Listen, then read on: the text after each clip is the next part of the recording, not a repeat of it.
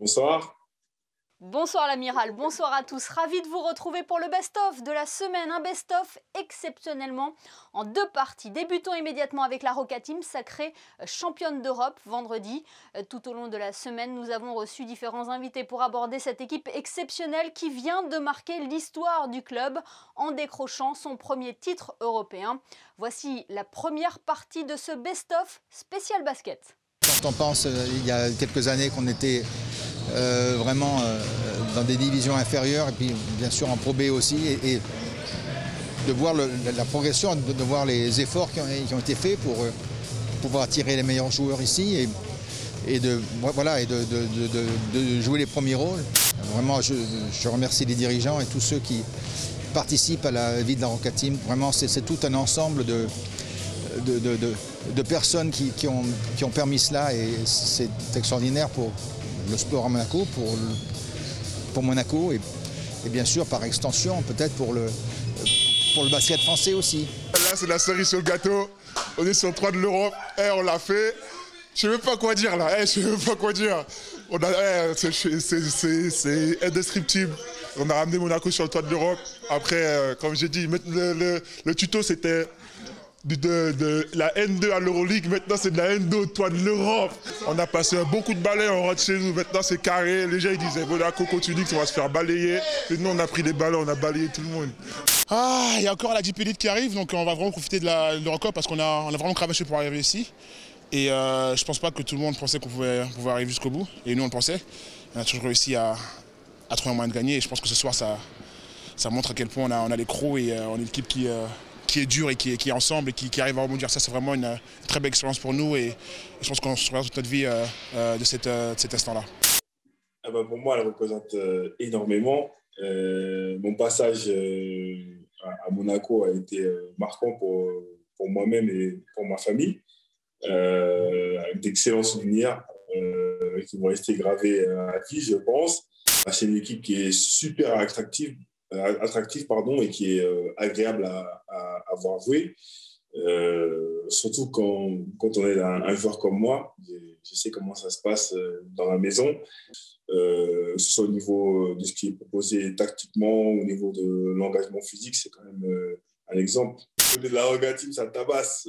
Donc là, les gars qui ont repris le flambeau, le font de très belle manière et ça fait plaisir à voir. L'Euroleague, c'est exactement, vous l'avez dit, c'est une autre dimension. C'est même pas une marche en plus, c'est un étage complètement au-dessus. Donc, je crois qu'elle est entre de bonnes mains, avec des personnes intelligentes, ambitieuses et qui savent où elles veulent aller. Ils ont les capacités pour le faire. C'est des personnes intelligentes, donc il y a une opportunité à saisir. Aujourd'hui, c'est chose faite, donc il faut en profiter et donner tous les moyens pour y rester le plus longtemps possible. Oui, j'ai eu la chance d'être dans la salle. La victoire du cœur, parce que je crois que Kazan devait se voir beau vers la fin du match avec une victoire à l'extérieur. Et franchement, c'était assez mal embarqué. Et c'est un peu la constante de Monaco cette saison. Et puis aussi les autres saisons avec le coach Zvezdan Mitrovic. Les nerfs ont été mis à rude épreuve et c'est plutôt sympa. C'est aussi pour ça qu'on aime le basket. C'est quand ça se joue sur des dernières possessions. Mais c'est clairement une vraie pub pour le basket et une vraie pub aussi pour Monaco de réussir à s'imposer avec la manière. Mais de passer ainsi de division en division chaque saison et d'aller jusqu'à la finale de l'Eurocup, c'est une histoire de sport merveilleuse telle que des scénaristes à Hollywood seraient capables d'en faire. Parce que si on fait un film là-dessus, on se dit non, c'est quand même un petit peu too much. Ben si, pour le coup, c'est arrivé. Alors, on a tous hâte, nous tous qui sommes tout près de Monaco pour voir les plus grands cadors européens et puis aussi les meilleurs joueurs français qui vont venir sur le parquet de Monaco. Ça fera des retrouvailles géniales. C'est le summum du basket européen. Ça fait saliver tout le monde. Et ça nous fait saliver aussi. Voilà pour cette première partie. Place à présent au meilleur de l'actu de cette semaine. Environnement, culture, musique, tourisme et économie ont notamment fait partie des thèmes abordés dans nos JT. Sélection montée par Sébastien Mésadry. L'activité jusqu'à présent avait beaucoup de mal à reprendre. Les efforts de tous pour réouvrir les restaurants sont à saluer. Mais la situation reste extrêmement difficile du fait notamment du contexte dans les pays qui nous entourent. Le Grand Prix de Monaco historique a été une bouffée d'oxygène ou pas du tout? Alors ça a été une bouffée d'air frais. Nous avons quelques hôtels qui ont pu atteindre les 50% de remplissage, même si la moyenne est bien plus basse. Donc on est loin des standards d'un Grand Prix habituel, mais et bien évidemment, on est bien plus haut que ce qu'on a pu connaître depuis le début de la crise, à l'exception notable de l'été dernier et des fêtes de fin d'année 2020. Ça ne sera sans doute pas un été normal, ça va être un été extrêmement européen comme l'année dernière, mais auquel pourront sans doute s'ajouter des visiteurs de pays qui ont déjà atteint un bon seuil de vaccination, comme les États-Unis, le Royaume-Uni, et on l'espère, le Moyen-Orient, la question russe restant aujourd'hui en suspens, même si, à l'identique, les Russes ont envie de revenir. Ce sont tous les signaux qui nous sont transmis. Le papillomavirus, comment ça s'attrape? Il s'attrape par simple contact. Et que faut-il faire? C'est la vaccination? C'est la vaccination principalement. Pourquoi? On aurait pu poser la question, quid du préservatif? En réalité, le préservatif n'est pas du tout protecteur contre le papillomavirus parce qu'il est tellement petit qu'il est même capable de passer à travers le préservatif. La solution, c'est la vaccination. Et cette vaccination, elle est extrêmement efficace. Sur une population de filles, de jeunes filles qui ont été vaccinées avec un groupe contrôle de non-vaccinés, la réduction du risque est proche de 90%. Il faut savoir que le cancer de l'utérus est la principale préoccupation puisqu'on a proposé la vaccination aux filles. Elle représente effectivement 3000 cas environ par an, en sachant qu'il va entraîner environ 1000 décès par an. Donc un tiers de ces cancers entraînent un décès. C'est un immense honneur pour moi que d'être la marraine de cette promotion. On m'a fait cette demande alors que j'étais encore en course sur le Vendée Globe et j'étais assez surprise et à la fois vraiment honorée, comme je vous l'ai dit. Je trouve que c'est vraiment une formation de qualité ici à Monaco. Les élèves que je viens de rencontrer sont pleins d'énergie, ont l'air très motivés et du coup ça m'a fait encore plus plaisir de pouvoir les rencontrer en vrai dans ce contexte un peu particulier que l'on vit avec ce Covid. Partir avec le plus vieux bateau, c'était aussi un challenge en soi, mais je savais que c'était un bateau costaud, qu'il connaissait la route beaucoup mieux que moi parce que c'était mon premier tour du monde et qu'il m'emmènerait au bout de l'aventure. Et donc le contrat a été rempli en 111 jours, 17 heures et 3 minutes. Je suis donc 24e de ce Vendée Globe et 10e femme à l'avoir accompli depuis l'histoire de cette course et première femme méditerranéenne à l'avoir jamais tenté. Donc c'est une grande fierté, même avec un vieux bateau. C'est une aventure pendant laquelle j'ai pu vivre pendant 111 jours sans voir un seul être humain et sans voir la Terre seulement une fois au Cap Horn.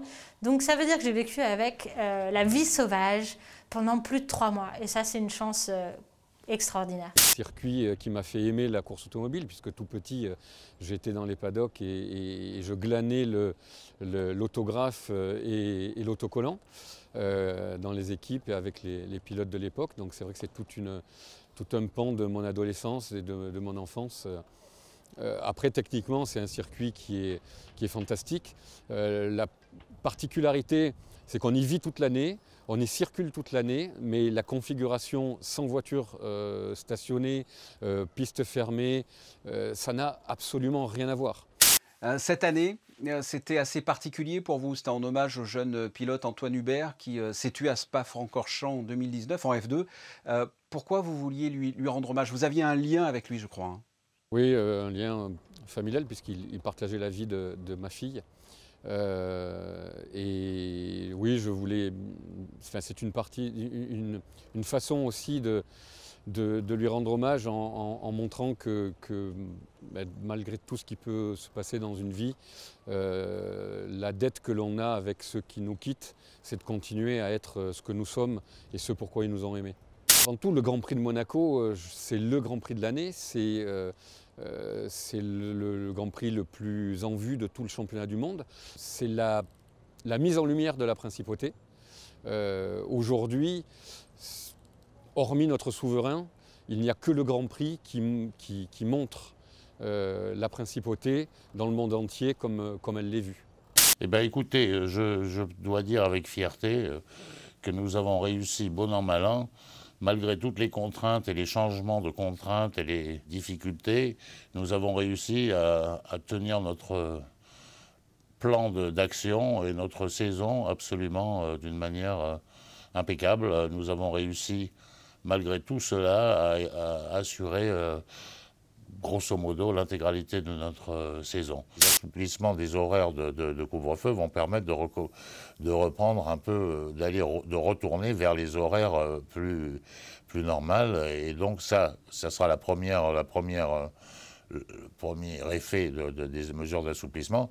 Et ensuite, on verra bien si les jauges si on peut aller avec des jauges à l'intérieur, le spectateur qui puisse être plus grande que celle que nous avons actuellement, qui nous permettra quand même aussi d'accroître les revenus de la billetterie, si vous voulez. On ne le dira jamais assez, si vous voulez, nous sommes dans une situation extrêmement privilégiée, et là je dois reprendre et répéter constamment que nous sommes absolument extrêmement reconnaissants à notre souverain, le prince Albert II, et le gouvernement princier et la direction des affaires culturelles, qui nous ont permis, en faisant très attention et en respectant les mesures sanitaires strictement, de pouvoir continuer à exercer notre métier et à nous produire et à partager notre art avec un maximum possible, le maximum possible de public. C'est un vrai défi dans le contexte sanitaire actuel de se produire sur scène ? On ressent un peu la difficulté, mais en même temps, vraiment, grâce à le test chaque semaine, on continue à vraiment travailler. Et puis, pour ça, vraiment, je remercie notre directeur Jean-Christophe, tous les teams, famille, les ballets de Monte-Carlo, plus évidemment le gouvernement monégasque. Et puis, on est conscient qu'on a beaucoup de chance d'avoir les publics, de pouvoir danser devant les publics. Ça nous touche vraiment. Ça fait, je crois, 19e année que je suis dans cette compagnie.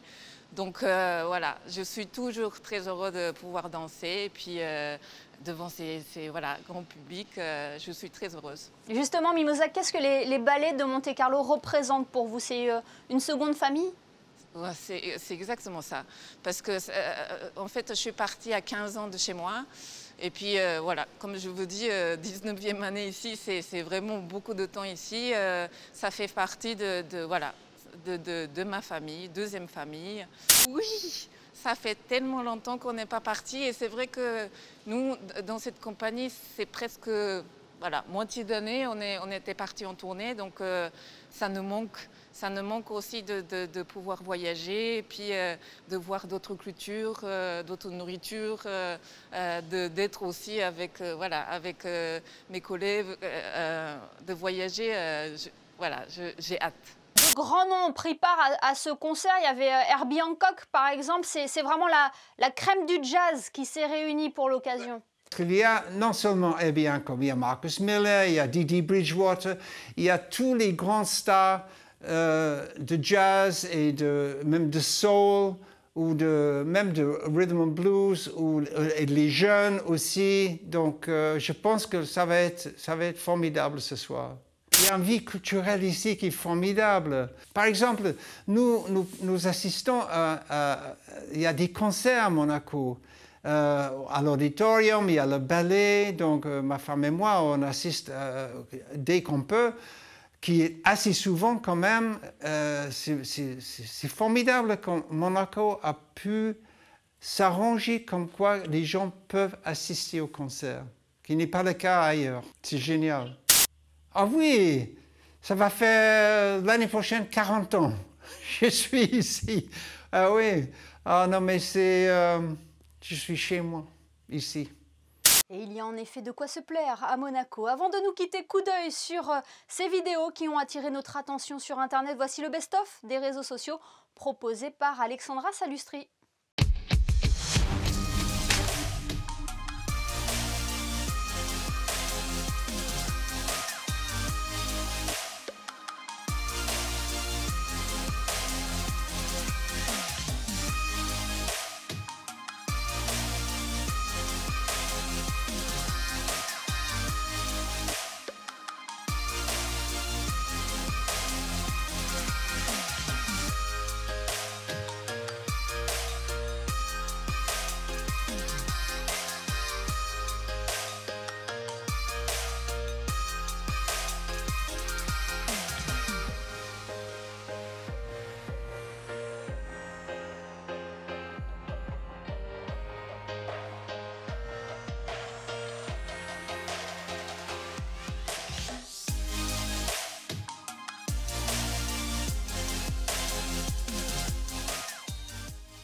Le best-of est à présent terminé. Merci de nous avoir suivis. Rendez-vous demain pour un nouveau JT, de nouveaux invités pour que vous soyez les premiers informés. Excellente soirée à tous sur Monaco.